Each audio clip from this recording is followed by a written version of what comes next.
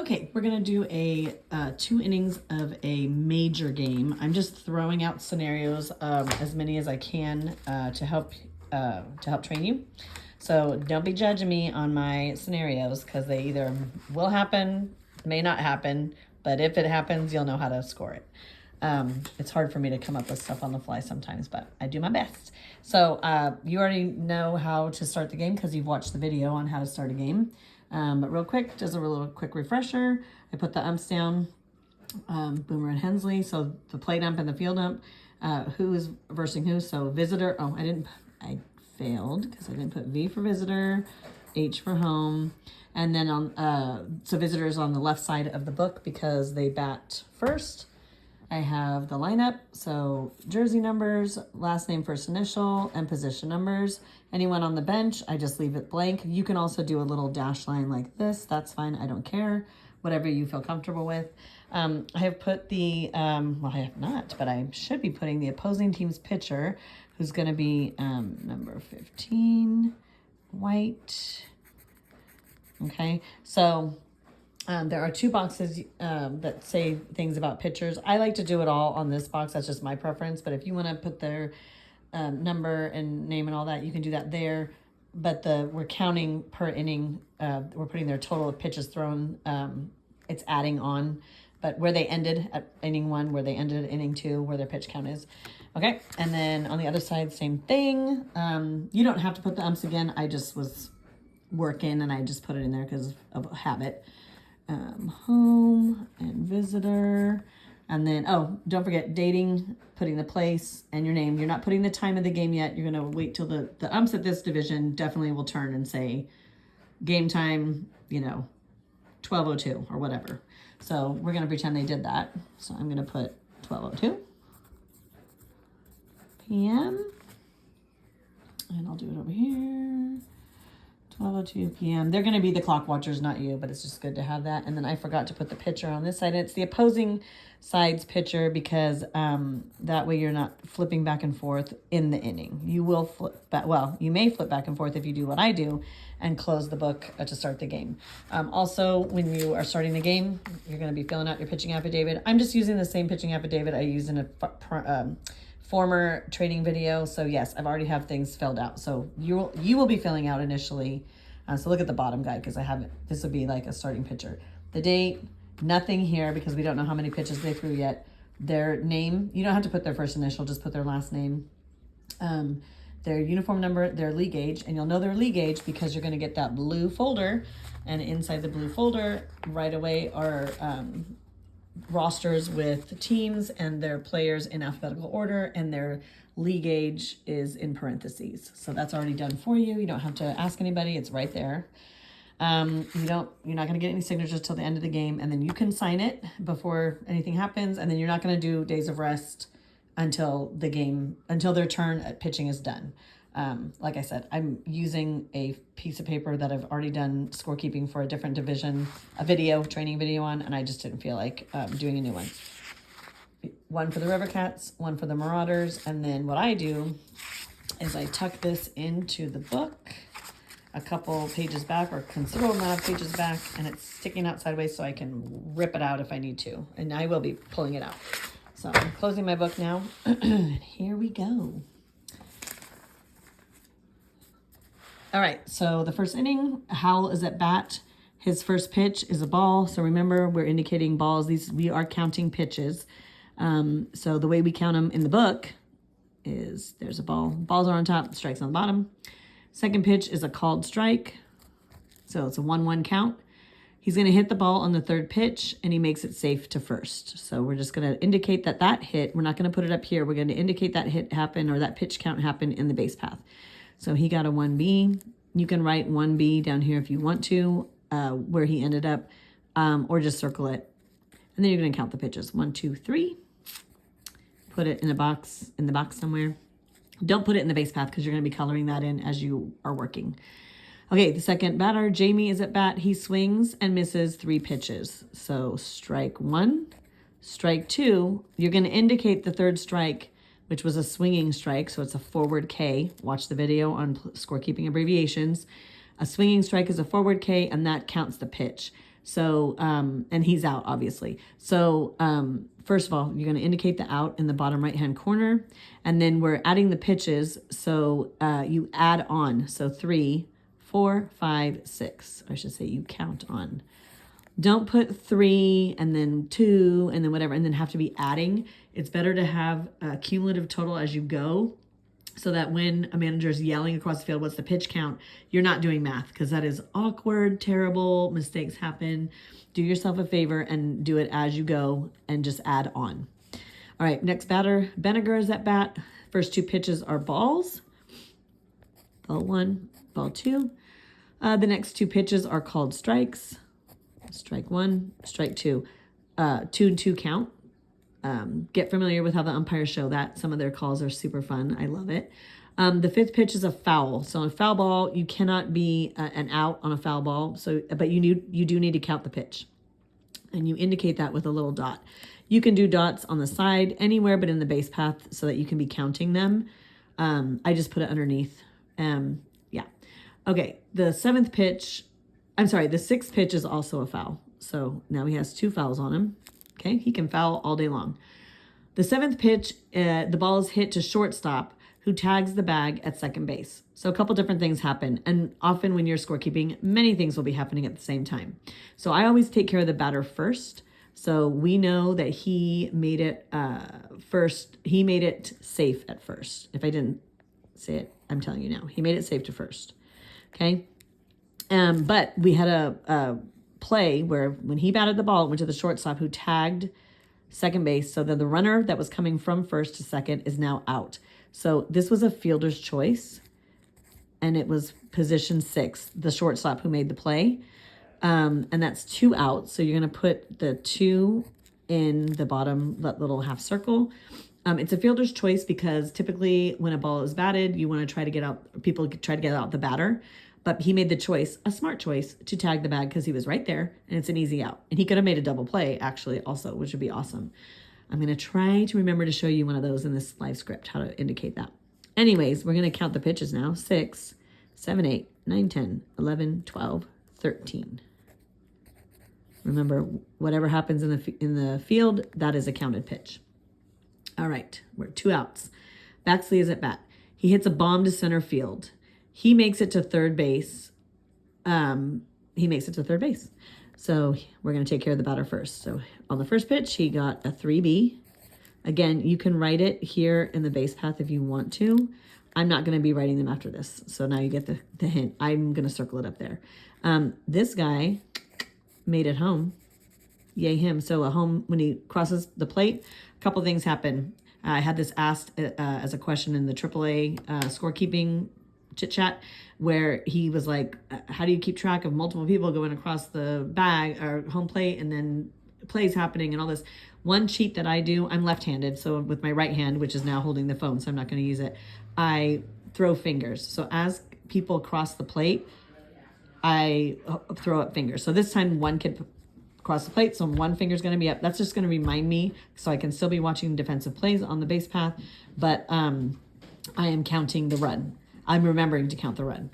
I also remember, so I'm remembering to color in the diamond. Okay, so I did that.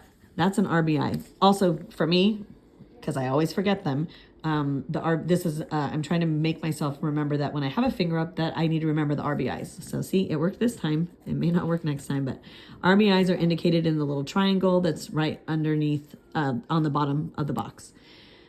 Okay, so we are counting pitches. So that was hit on the first pitch, so it's 14. Okay, so we have a run scored and a man on third. Okay, there you go. All right, Blair is now at bat.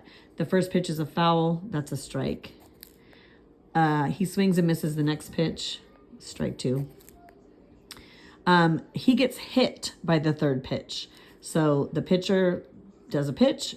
That player gets hit. When that happens, that kid is awarded first base. You'll know. It's not up to you to determine if he gets hit. The umpire will indicate take your base and he's going to go. Sometimes you'll hear chatter behind you, what happened? Anyway, 14, 15, 16, 17. And you're going to indicate that you can either write HP on the base path, or there's a little circle in the box, BB, base on balls, HP, hit by pitcher, or sack, because a sacrifice bunt or sack foul. That is going to, those are things you can circle. Okay, so now we have a man on first and a man on third. While the game is happening, you should be constantly looking at the field and making sure the picture on the field is matching what is happening on your book, okay? Townsend is at bat. He has 2 balls, ball 1 and ball 2. 2 swings and misses, so strike 1 and strike 2.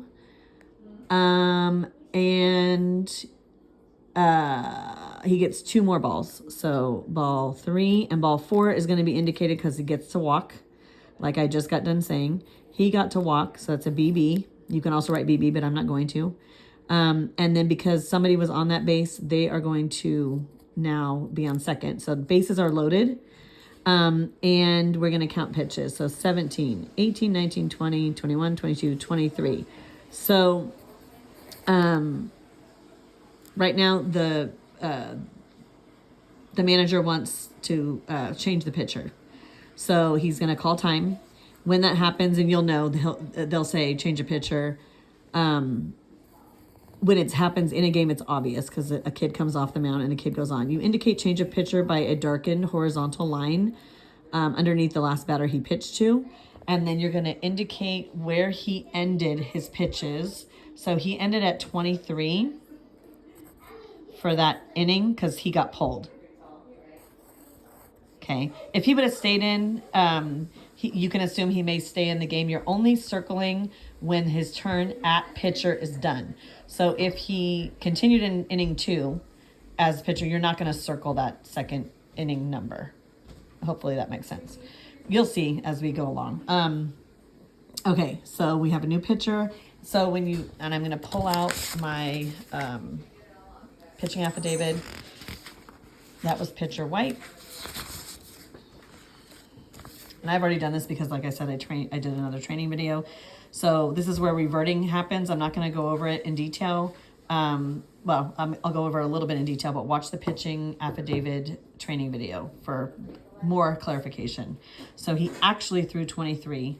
You do a slash line, and you do this in pen. I'm using switch over. I'm using my pencil as a pointer. So 23, you do a slash line. You revert by looking at the kid who was pitched to before. So he started at 7, he ended that batter at 17, and then you always add 1. It's whatever you ended at plus 1. So that would be 18. That's the number you circle on the affidavit because that's the reverted number, because we're supporting our managers by reverting all the pitchers. It makes it easier for days of rest. And if we train every pitcher to be reverted, when it counts, it'll be easy for you.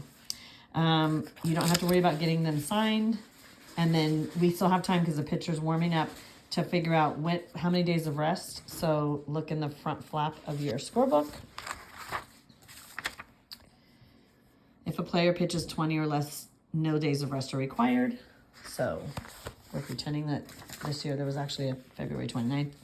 And then the next day would be 3-1. So they have no days of rest required. So this can go back in our binder. And we're going to continue on. Okay, so get rid of my pen, pick up the pencil. All right, so the next batter is Saka. The first pitch, he swings and misses, so that's a strike. And then the second pitch, he fouls out, so that's a strike 2.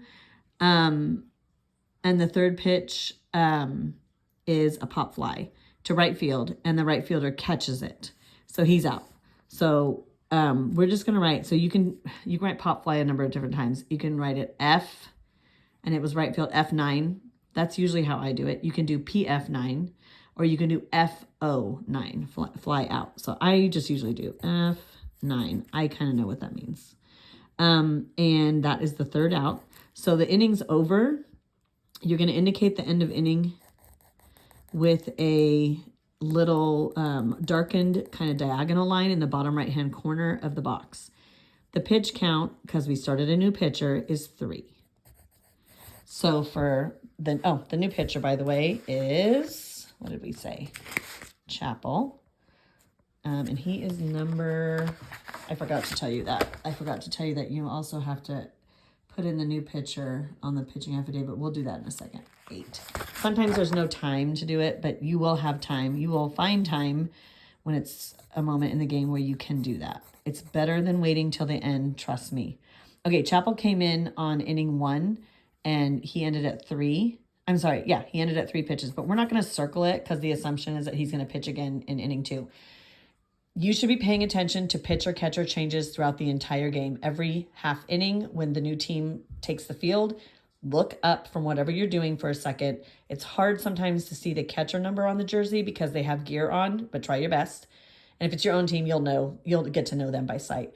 But the pitcher, I usually do a quick glance. If I don't recognize them or don't know them by sight, wait till the catcher throws the ball back to them. They turn their back as they're walking up the mound. Usually you can see the number to just verify. Yes, those are the 2 positions. They're still the same. I don't have to worry about them. You have to indicate changes of pitcher catcher because of this rule that managers are using, especially at the majors division. This rule in bold on the bottom: if a pitcher catches 41 or more pitches in a game, he cannot catch. If a catcher in his 4th inning of play, it doesn't mean in the 4th inning period, in his 4th inning of play, catches even 1 ball, he cannot pitch. So there are managers, they use that. So you need to kind of, I don't memorize it ever, but I pay attention to the changes of pitcher catcher. There are times when an illegal pitcher or catcher is put into play because they're breaking that rule. So be aware of that. Let's pay attention to the pitcher catcher changes. Okay, and I did, in pretend land, I did already put in Chappell's information. Date of game, his pitcher name, his uniform number, his league age. We looked it up in the blue folder, and then I just signed my name, and then I put it back in the scorebook. Okay, so now I'm going to flip the book because that inning's over. Oh, no, I'm not, because I didn't count my runs. So I have 1 run. So we're going to put that down here in the run thing. This you're going to be actually putting how many runs per inning. So this column you're going to be adding. One helpful tip that I learned, because I learned from scorekeepers also, I pay attention to how you guys do things, and sometimes I like a system and I kind of adopt it for myself, is you can do tally marks for runs on top so that you are kind of adding as they go. So, you're doing like tally marks as you go. So that was a takeaway that I got from scorekeeping with somebody and paying attention to how they did it. Otherwise, I just count my diamonds, and obviously I just do my math. You can, if you forget to put the runs in, you can just count your colored in diamonds, but I also go across and just to double check. I'll do that during the game too, just to make myself pay attention. Okay, flipping the book. Home team is now up. Franzoni is at bat. He swings at the first 2 pitches and misses. So strike 1 and strike 2. The ball is hit up the first baseline on the 3rd pitch, and it goes all the way down to deep right field. So he makes it to second base before the ball comes in. So he gets 2B. And it's 3 pitches, 1, 2, 3. All right, and then Eisner comes up to bat on the first pitch. He hits a grounder between second and third base. And Franzoni, when he's running from second to third base, he actually gets hit in the foot as he runs. Eisner makes it safe to first. But what do we do with that runner who got hit by the ball? I mean, he continued to make it to third base, but he got hit by the ball, so the ump's going to call him out. Why? It was interference. So that was interference on the runner. So you just put a big I. He's out. That's out 1. But this guy got, he's on first base. And he is at 4 pitches. Their pitcher, sorry. Sysmonics is now at 4 pitches. Okay, so Chappell is, and there was 1 out, so I indicated it in the bottom right-hand corner. So Chappell's at bat now. First pitch is fouled out, so that's a strike. The next 3 pitches are balls.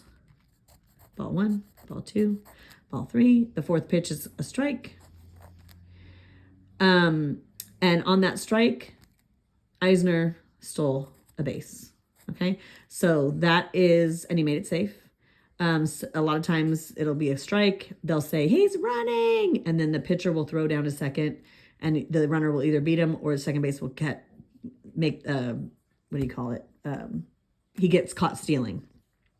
He did not, Chappell did not, I'm sorry, Eisner did not get caught stealing. He made it safely to second base, and that's a stolen base. So you can indicate that as an SB, okay?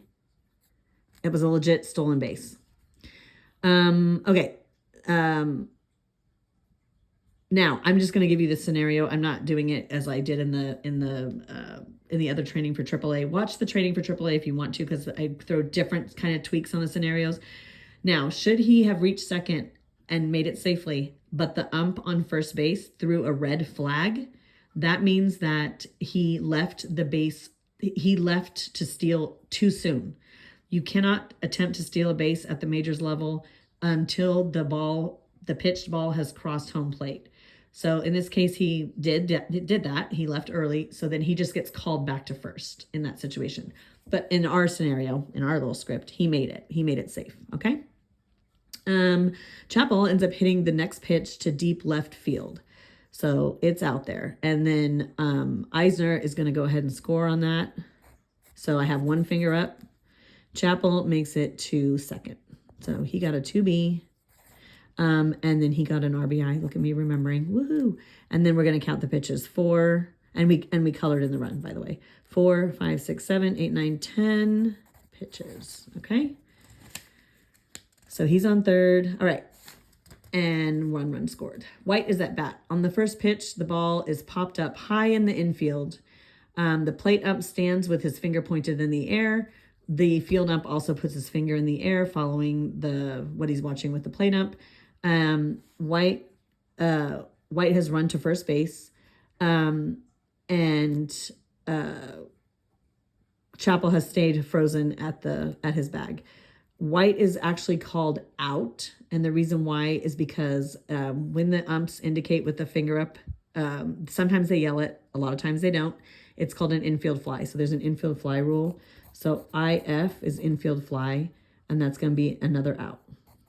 But the runner, it's a whole rule. You can look it up on in the rule book on your app that hopefully you got for free. Look up infield fly rule. It's a rule that was designated to protect the runners. So they can, once the ball is caught or whatever, fielded, you could steal, but it's at your risk. But typically the runners are frozen on the bag. When they know that it's an infield fly, they freeze on the bags, and then the batter's out. So there you go. He's not looking behind him, hopefully, to see that the ump had put his finger in the air. Okay, so now we have a man still on second, and we have, that's it, a man on second. Okay, Meeks is at bat. He gets 2 strikes, strike 1, strike 2, just to throw it in there. The next pitch, is a strike. However, the pitcher drops the ball. This is a hard thing for kids to learn, as batters, because there's a lot of loudness happening on the field, but when first base is unoccupied, which it's unoccupied, and the catcher drops the ball on the third strike, so he doesn't get the squeeze, drops the ball. It's called a drop third strike, a D3. 2 things can happen.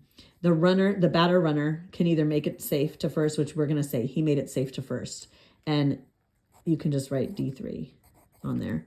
Or the catcher drops the ball, the batter attempts to run to first base, but the catcher throws down to first and gets the out. You're going to indicate that out as a D3 2 to 3, meaning catcher to first base to get the out. I'm not doing that though. We're going to make him safe. So there's a way to indicate it. I'm going to do another video with weird scenarios in it, and that's going to be one of them, so you can actually see it scored. And I'm just going to do like on my whiteboard, I'm going to do like a score box, and you can kind of see how it's indicated. All right. I did not count this pitch. So this one was 11. Sometimes it happens. You miss a pitch count, but catch up when you realize that you've missed it. And hopefully your scoreboard operator is kind of keeping eyes on what you're doing, and they can kind of nudge you and be like, hey, make sure your pitch counts are caught up. 11, 12, 13, 14. That happens to me sometimes. So we're at 14 pitches. Okay, Spinetti is at bat. he hits a grounder on the first pitch to the shortstop who bobbles the ball. So when he does that, we have Meeks that makes it to second. We have a runner that makes it to third, and then Spinetti makes it to first. So now bases are loaded. Technically, that's an error. So the shortstop should have fielded the ball, and he could have done a couple things. He could have done fielder's choice. He could have done throw it down to first. He could have done lots of things, but he erred. We are a developmental league.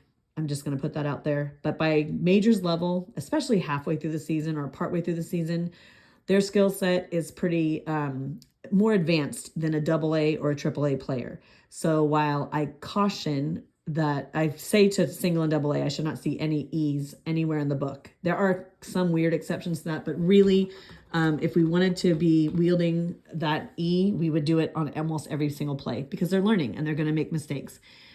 At the as the kids get older, like in majors, like I said, and definitely 50, 70, we are going to assign errors. So this was an error on the shortstop. That's how he got the base. So it's an E6. Okay. All right. So the pitch count is 15. If you're ever in doubt, if you're ever questioning, like, should I give that an E? Was that really an error? Who gets the error? Just don't write it. Just don't do it. It's okay to not do it. You can ask questions about it later and learn. But the policy to follow is that if there's ever a question in your mind about an error, do not assign it. Okay. Vigneault is now at bat. He hits the pop fly. He hits a pop fly on the first pitch to center field, who drops the ball. He makes it to second base. So we're going to take care of the batter first. So he goes up 2 bases. It was an error, by the way, because that center fielder should have caught it. He goes 2 bases. So I go from the bottom up. He went 2 bases and scored. He scored. 1 finger went across when the first kid crossed. 2 fingers went across when the next guy crossed. So that is 2 RBIs. Look at me remembering. And it was on the first pitch. So I can't really squeeze it up here. So I'm going to write it where it fits for me. I'm going to put it there, 16. Hopefully you can read your own writing. Sometimes it gets kind of sketchy. Okay. And then the next batter is Goss. And he hits a ball on the first pitch to deep left.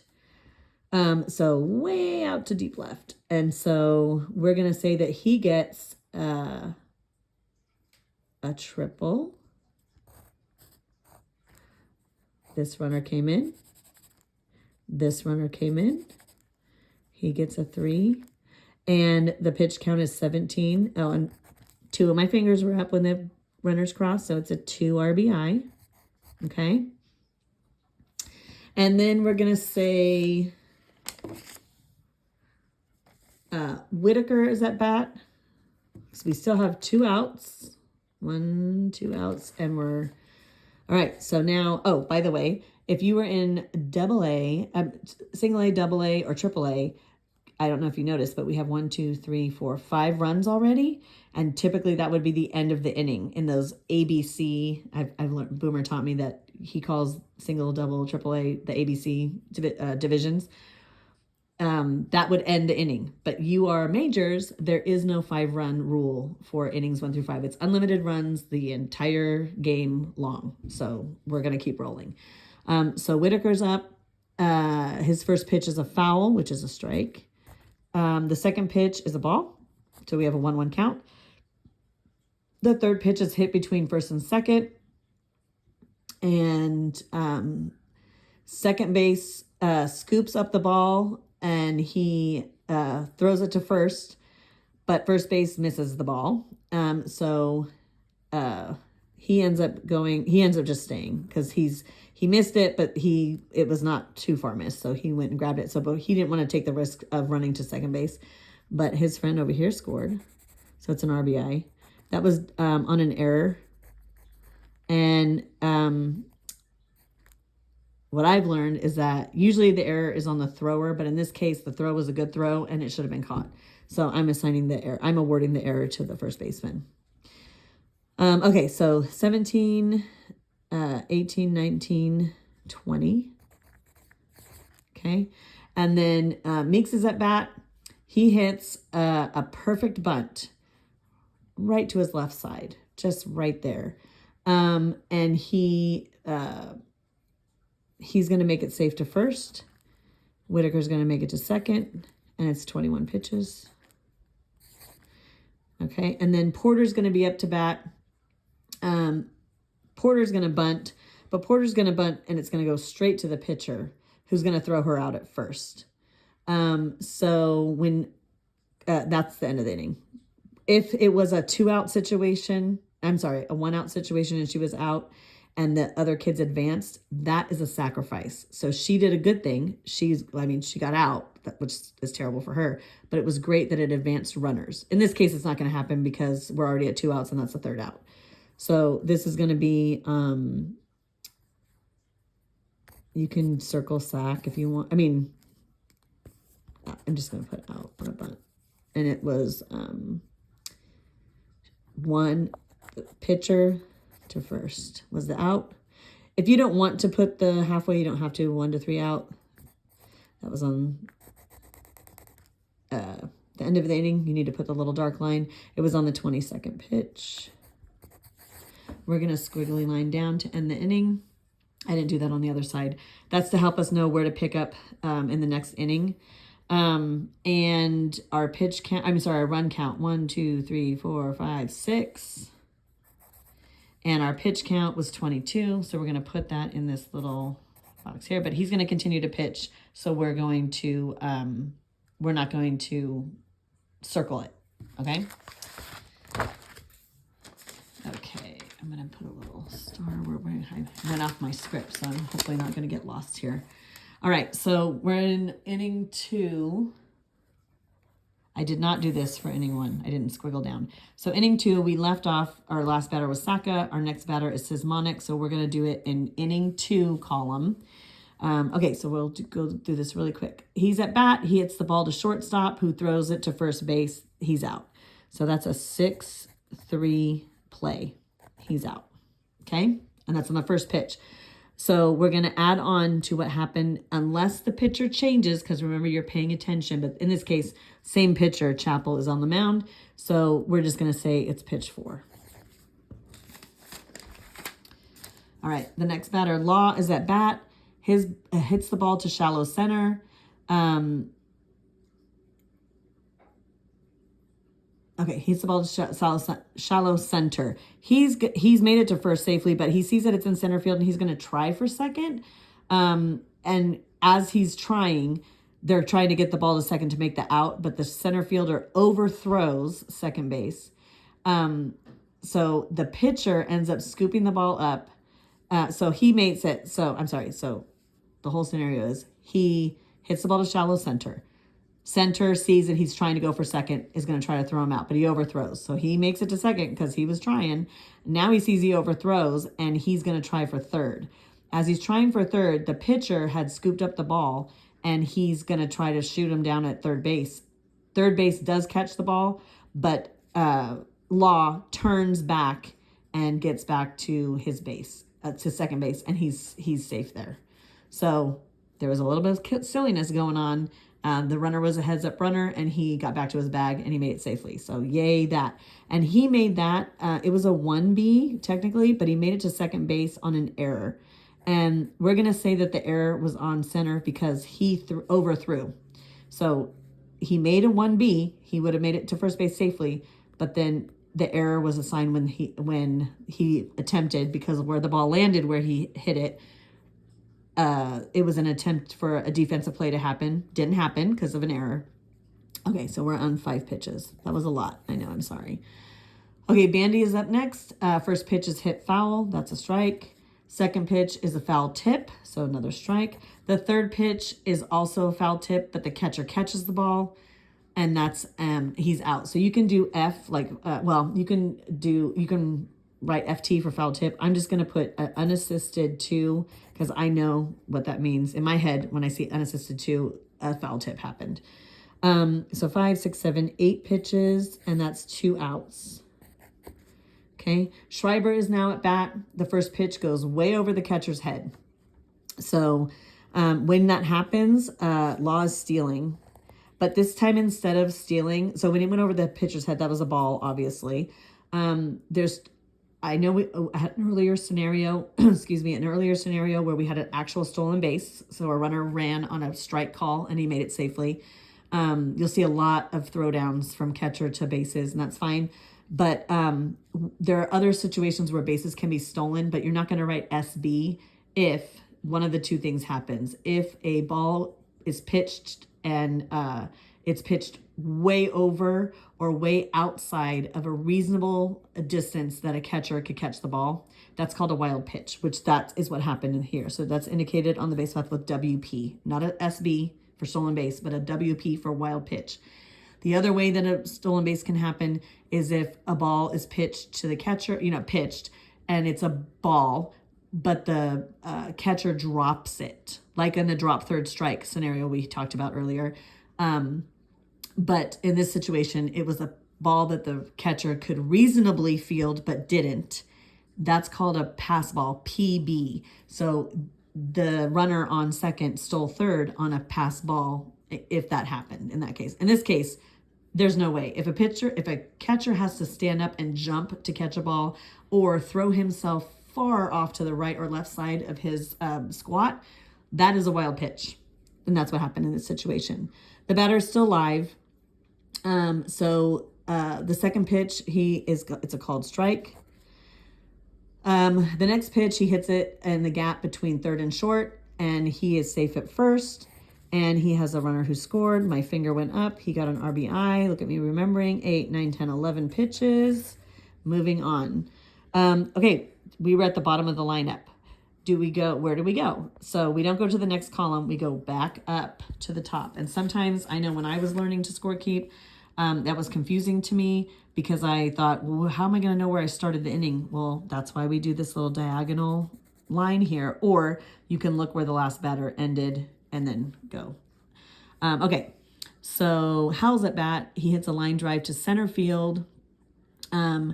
And we have, he makes it to second base. So that's a 2B. And then we have our runner down here who made it to third. Okay. And then I'm not going to do the craziness that I wrote in my script because I want to get this over with. Okay. So, in the next, the pitch count is 12. We have no outs. The next batter, Jamie, is at bat. He hits a grounder between first and second on his first pitch. And the second baseman grabs it and throws him out at first. So we're going to get our first out. So that's a 4-3 out. And that's one out. Howell went to third, however. Okay, Benniger's up at bat. He hits a grounder to second base. And second base, he hits a grounder to second base. He makes it safe to first. And he has a run that scored. So that's a 1 RBI. I did not count the last pitch. So this guy was at 13. This guy's at 14. Okay. We still have just one out. Baxley is now at bat. We got to make things up. And let's do a double play. So he hits it to shortstop, who touches the bag at second, and who throws down to first base. So it's going to be a double play. So let's say, the first out that was made was on the runner. So that was shortstop to second base. Okay. And so that was the second out. And then when this guy got out, so shortstop, soft toss to second base. If I said he tagged the bag, I'm going to change it. Shortstop, soft toss to second base, who then threw down to first and got out the batter runner. So that to indicate a triple play or double play, you're going to do the whole thing over. It started out with a 6-4 and then it was a 4-3. I love doing triple play indications. It's super fun. So that's the third out. So we're going to do the little line here. That was on the 15th pitch. We're going to indicate that in the inning 2. And then we're going to count our runs. 1, 2. Okay. So hopefully that gives you some indication of how to do the second inning. I exhausted my script, so I don't feel like doing the other side's second inning. But I kind of gave you a clue of some different scenarios. There are some weird things that also happen that we will discuss in a separate scripted game. I just know that for majors, what I will tell you is that you guys have a lot of stolen base stuff happening, a lot of drop third strike situations happening. That can only happen when first base is not occupied, by the way. That gets me all the time, that rule. I'm not the rule remember all the time, but after you've seen a number of games, that one kind of sometimes sticks with you. Remember, you're not interpreting rules, you're just coloring whatever the umps say on the page. And then to close out the game, you need to watch the video of how to close out the game, because I'm looking for the score to be captured in a certain way. You're reminding the umpires to sign the book. There's a routine that I have. You're closing out your pitching affidavits. There's a routine that I detail in that video about how to get things signed. A way that works for me and it makes sense to me, but you're going to do it your own way. Just make sure things get done. And that's basically some scenarios that are specific to majors. Hopefully that helps. And ask me if you have any questions.